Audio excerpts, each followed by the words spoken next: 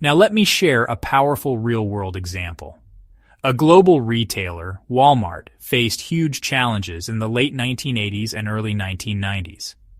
Their problem was tracking millions of products across stores and warehouses was becoming highly inefficient. They relied heavily on manual entries, which led to stockouts, mismatched orders, and billions of loss in sales. In 1991, Walmart adopted a large-scale barcode and scanning system across its supply chain. They implemented GS1 standardized barcodes, integrated them with point-of-sale systems, and connected everything to their central data system. The results were extraordinary. According to some reports, Walmart reduced its inventory errors by more than 70%, improved shelf availability, and saved nearly $8 billion over the next decade just by reducing handling costs and improving operational efficiency.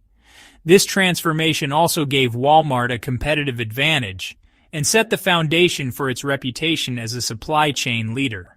To summarize, barcodes may look very simple, but they have solved some of the most complex problems in global supply chains.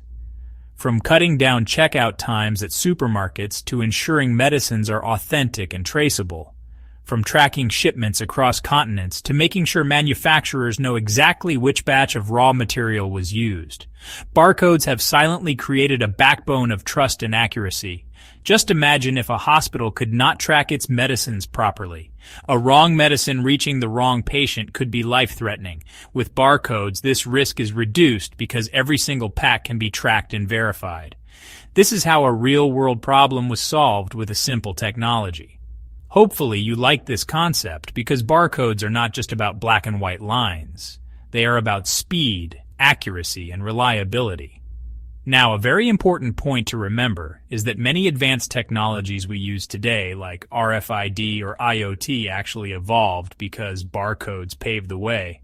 That's an amazing learning I believe you have today. And in our upcoming topics, we will explore how supply chains are moving beyond barcodes into even smarter technologies.